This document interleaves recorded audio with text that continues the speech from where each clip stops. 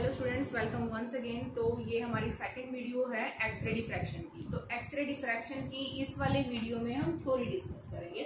आप इसको प्रिंसिपल भी कह सकते हो, पेपर में आएगा तो आप थ्योरी प्रिंसिपल जिस भी फॉर्म में आएगा तो आप इसको डिस्कस कर सकते हैं। अब इसको थोड़ा सा पहले वाली वीडियो को हम डिस्कस कर चुके थे, उसमें थोड़ा सा मुझे साउंड लग रहा था। अगर किसी को, वो बेसिक वीडियो थी, उसमें ऐसा कुछ नहीं है, लेकिन फिर भी अगर कोई डाउट है तो आप कमेंट में पूछ सकते हो। उसमें सिर्फ हमने डिस्कस किया था कि व्हाट इज एक्सरे डिफ्रैक्शन, क्या होता है, मोनोक्रोमेटिक लाइट क्या है, बेसिक जो है डिफ्रैक्शन क्या है, एक्सरे डिफ्रैक्शन ही क्या चीज है एक। तो अब हम डिस्कस करेंगे इसका प्रिंसिपल। अब जो एक छोटी सी बात जो उससे पहले हम थोड़ा सा डिस्कस कर लेते हैं। देखो, जो भी कोई भी एक हमारे पास मॉलिक्यूल है, सपोज ये मैंने डायग्राम बना रखा है, बोर्ड जो है ऑलरेडी पैक्ड है तो मैं एक जगह बना रही हूँ। एक हमारे पास देखो ये किस तरीके का कोई भी स्ट्रक्चर था, क्रिस्टलाइन फॉर्म में है, एक स्ट्रक्चर है। ये जो स्ट्रक्चर है it is made up of atoms. ये बहुत सारे एटम से मिलकर बना है। हर एक एटम की पोजीशन, हर एक एटम का एक दूसरे एटम के साथ कनेक्शन, वो हमें पता लगाना है with the help of this phenomenon that is X ray diffraction. X ray diffraction से हम पता लगाएंगे। उसके लिए हमें क्या पता होना चाहिए, हर एक एटम, ईच एटम, इस मॉलिक्यूल के अंदर, इस क्रिस्टल के अंदर जो ईच एटम है, यानी कि हर एक एटम जो भी है, should be distinguished from other. It should be distinguished from other atom. दूसरे एटम से वो बिल्कुल अलग दिखना चाहिए। हमें अलग पता चलना चाहिए कि कौन सा एटम कहाँ कहाँ कैसे कैसे प्रेजेंट है इस मॉलिक्यूल में, तभी जाके उसका स्ट्रक्चर रिवील होगा।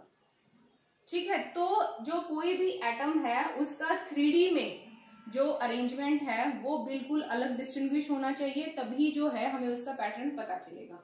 अब जैसे देखो, एक एटम है, जो कोई भी एक एटम है वो दूसरे एटम से, अगर हम उसका मिनिमम डिस्टेंस देखें किसी भी मॉलिक्यूल के अंदर, तो जो मिनिमम डिस्टेंस किसी भी एटम का एक मॉलिक्यूल में होगा that could be covalent bond. ठीक है, तो मिनिमम जो लेंथ है एक एटम की दूसरे एटम तक, that is a covalent bond, जिसकी जो लेंथ है दैट इज अप्रोक्सीमेटली 0.12 नैनोमीटर। इतने नैनोमीटर पर एक एटम दूसरे एटम से दूरी पर है, जो कि कोवलेंट बॉन्ड है। अब देखो, ये इतनी दूरी, हमें कोई भी ऐसी वेवलेंथ या ऐसी लाइट चाहिए जो इस रेंज को भी कवर करे, इस मिनिमम डिस्टेंस को भी, और इससे ज्यादा डिस्टेंस को भी कवर करे। तो जो एक्सरेज है वो इलेक्ट्रोमैग्नेटिक स्पेक्ट्रम में एक्सरेज ही खाली इस वेवलेंथ में फॉल करती हैं। उनकी जो रेंज है दैट इज बिटवीन 0.03 से 3 नैनोमीटर।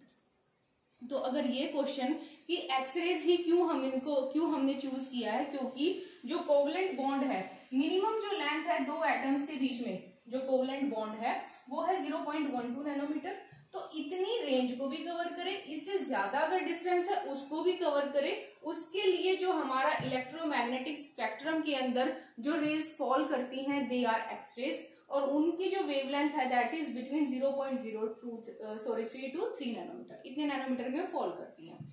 तो ये तो बात होगी कि हमने एक्सरेज को ही क्यों, इसमें एक्सरेजिंग क्यों यूज होती है। अब देखो, एक्सरेज की जो है एक चीज ये है कि दे कैन नॉट बी फोकस्ड। हम उनको फोकस नहीं कर सकते। जैसे विजिबल लाइट में, जो हमारा लाइट माइक्रोस्कोप वाली जो हमारी प्रिंसिपल होता है, उसमें हम विजिबल लाइट को फोकस करके इमेज प्रोड्यूस कर सकते हैं, but X rays they can not be focused. उनको हम फोकस नहीं कर सकते। इसके लिए हमें कोई और फिनोमिनन यूज करना पड़ेगा। वो फिनोमिनन हमारा आता है इंटरफेरेंस। तो इंटरफेरेंस के तहत जो है एक्सरेज काम करती हैं, they can not be focused to produce an image. तो हमें इंटरफेरेंस प्रोड्यूस करना पड़ेगा। अब इंटरफेरेंस होता क्या है, देखो, इंटरफेरेंस होगा तब जब waves scattered by atoms when crystalline solids are exposed to X rays. तो अब ये तो हमें पता चल गया कि हमने एक्सरेज क्यों लिया। ठीक है, क्रिस्टल हमने डिस्कस कर लिया था, क्योंकि क्रिस्टल के अंदर एक ऑर्डर्ड पैटर्न होता है। तो उस ऑर्डर्ड पैटर्न की वजह से ही हमारा जो इमेज बनेगी वो कैसी बनेगी, एक प्रॉपर इमेज बनेगी। तो ये दो चीजें हम डिस्कस कर चुके हैं कि एक्सरेज लेंगे हम और क्रिस्टलाइन स्ट्रक्चर होगा हमारे पास। ये जब एक्सरेज किसी क्रिस्टलाइन सॉलिड पर जब इंसिडेंट होंगे, फॉल होंगे, तो क्या करेंगे कि स्कैटरिंग होगी। वो एटम्स जो है उन एक्सरेज को स्कैटर करेंगे, और स्कैटर करने के बाद जो चीज प्रोड्यूस होगी दैट इज इंटरफेरेंस। ठीक है, अब हम एक जो है इंटरफेरेंस दो टाइप्स का होता है, constructive interference and destructive interference. तो अभी हम इसको थोड़ा सा इस डायग्राम से डिस्कस कर लेते हैं कि कंस्ट्रक्टिव और डिस्ट्रक्टिव इंटरफेरेंस होता क्या है। देखिए ये क्या है, ये लाइट वेव आ रही है हमारी, ठीक है, जो एक्सरेज आ रही है, ये इस तरीके से वेव आ रही है। तो इनकी डायरेक्शन ये है इस टाइम में। अब अगर हम एक्सरेज को किसी दो बैरियर, देखो यहाँ दो पिन होल्स हैं, ये पहले वाला पिन होल है, ये सेकंड वाला पिन होल है। तो अगर हमारे पास नंबर ऑफ पिन होल्स हैं, यहाँ हमने 2 लिए हैं स्टडी करने के पर्पज से, तो अगर हम जो है इन वेव्स को इन पिन होल से अगर पास करवाएंगे ना, तो जो ईच पिन होल, ये पिन होल और ये पिन होल, ये क्या करेंगे, एक source of light itself act करेंगे। तो पहले लाइट यहाँ से आ रही थी, यहाँ से हो सकता है कोई और सोर्स हो लाइट का, ये जो लाइट का ये सोर्स है, ठीक है, या एक्सरेज का लेजर जो भी हमने यूज किया, तो उससे ये वेव्स आई है। लेकिन ये वेव जब इस होल से पास होंगी ना, तो अगेन ये होल एक लाइट का सोर्स एक्ट करेगा और इससे देखो इस तरीके से वेव बनेगी। जब ये इस पिन होल से पास करेंगी तो अगेन क्या होगा, एक लाइट सोर्स होगा। तो यहाँ पर हमने क्या है, इन वेव्स को हमने दो में क्या कर दिया, डिफ्रैक्ट कर दिया।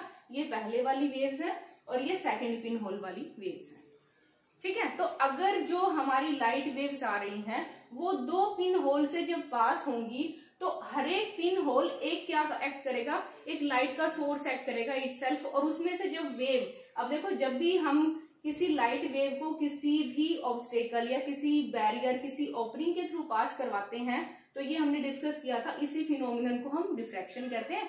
वो लाइट ऐसे की बजाय पिन होल से पास होने की बजाय कैसे हो जाएगी, बैंड हो जाएगी। तो यहाँ डिफ्रैक्शन हुआ।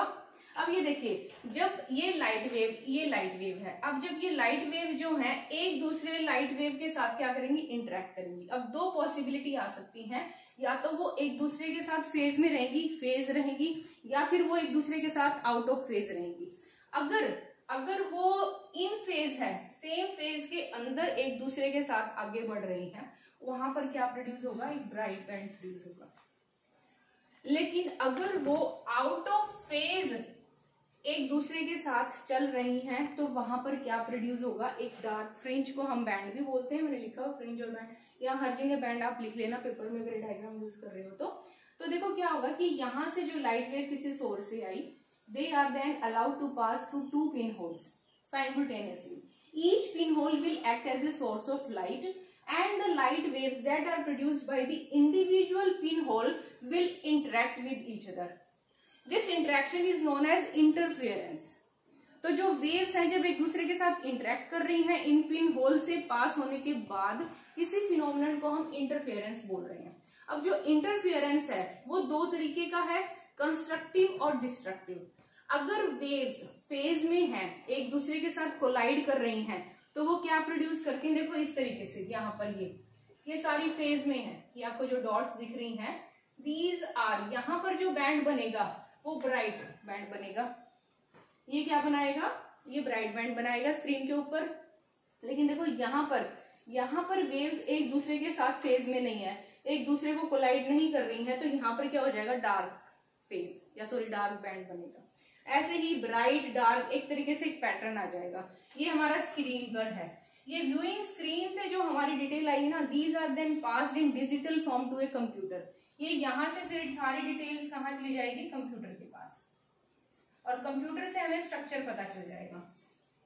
तो यहाँ पर जो है, जो वेव्स बाहर निकल रही हैं, वो अगर एक दूसरे के साथ फेज में होंगी, सेम फेज में कोलाइड करेंगी, इंटरफेयर करेंगी, then they produce a bright band and that is known as constructive interference.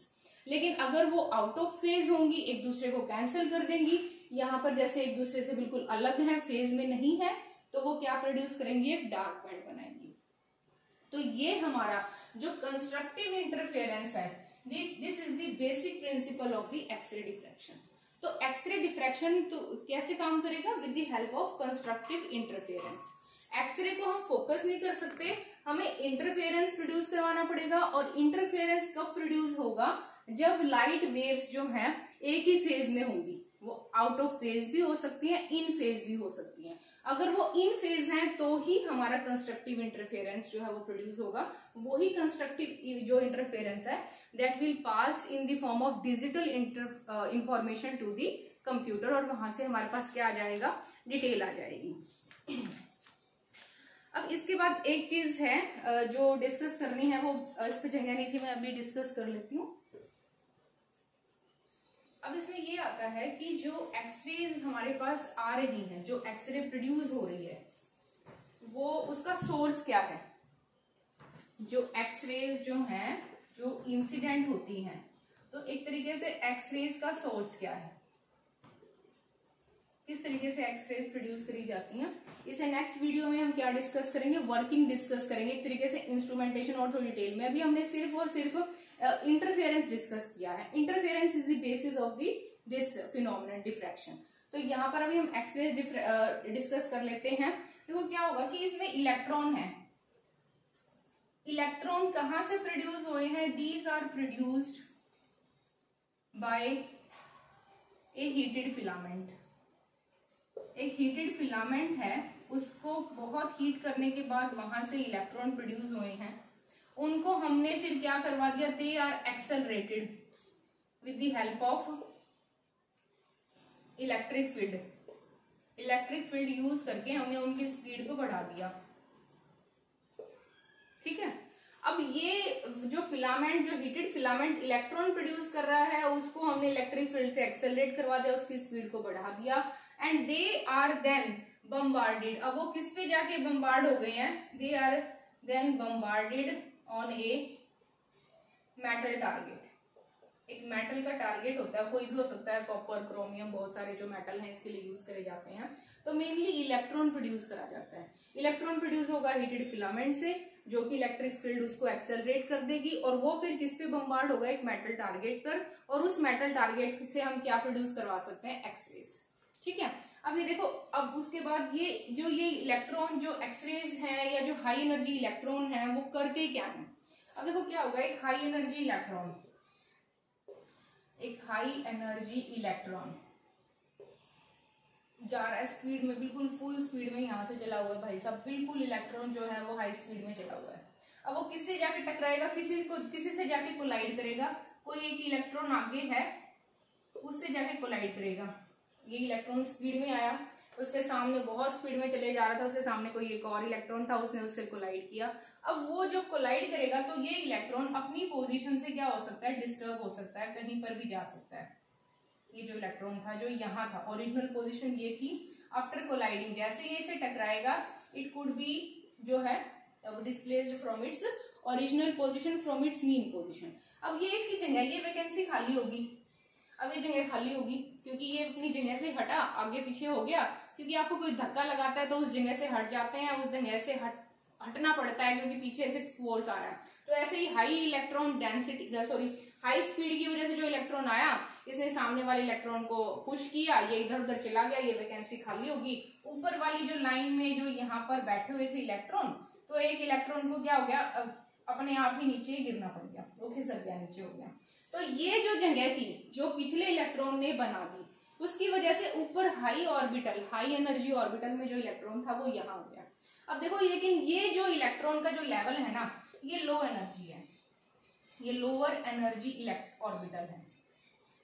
अब ये बैठा हुआ था भाई साहब हाई एनर्जी ऑर्बिटल में, आराम से बहुत सारी एनर्जी को लेके बैठा हुआ था, क्योंकि इस ऑर्बिटल की रिक्वायरमेंट है हाई एनर्जी। अब ये जब गिरा तो ये लोअर एनर्जी वाले में गिरा, तो जितनी भी एक्स्ट्रा एनर्जी थी इसके पास, जो एक्स्ट्रा एनर्जी थी, जो इसका और इसका डिफरेंस होता है दोनों ऑर्बिटल का, तो वो एक्स्ट्रा एनर्जी रिलीज करनी पड़ेगी उसे। It is released in the photon of X rays. यहां से एक्सरे का फोटोन जो बोलते हैं हम, एक्सरेज निकलती है।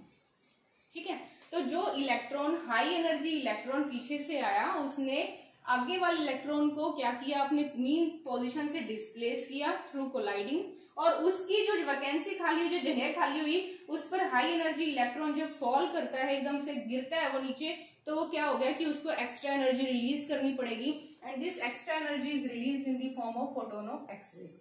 ये एक्सरेज का सोर्स है, जो कि यहाँ पर क्या है, फर्दर हम पिन होल की वजह से इंटरफेरेंस प्रोड्यूस करवाएंगे। तो एक्सरेज यहाँ से आती है, हाई एनर्जी इलेक्ट्रॉन जो है हम यहाँ से प्रोड्यूस कर रहे हैं। उसके बाद ये हमारा सारा क्या होता है, प्रिंसिपल या प्रोसीजर है डिफ्रैक्शन का। इस तरीके से डिफ्रैक्शन होता है। और एक्सरेज को इसलिए चूज किया गया क्योंकि एक्सरेज की ही वेवलेंथ जो है वो बिल्कुल अप्रोप्रिएट है उस नैनोमीटर के लिए जिस नैनोमीटर में हमें चाहिए कोवलेंट बॉन्ड के लिए या उससे ज्यादा के लिए। तो इसलिए एक्सरेज इलेक्ट्रोमैग्नेटिक स्पेक्ट्रम में एक्सरेज ही फॉल करता है उस लेंथ के लिए। इस जो नेक्स्ट वीडियो है उसमें हम डिस्कस करेंगे वर्किंग ऑफ एक्सरे डिफ्रैक्शन। अभी तक हमने थ्योरी डिस्कस कर लिया, वर्किंग थोड़ा सा लगा कि किस तरीके से एक्सरे डिफ्रैक्शन कैसे काम करता है। उसके बाद हमारी जो अगली या तो उसी वीडियो में या नेक्स्ट वीडियो में हम डिस्कस करेंगे ब्रैग्स लॉ। ये इंपॉर्टेंट है काफी, ब्रैग्स लॉ।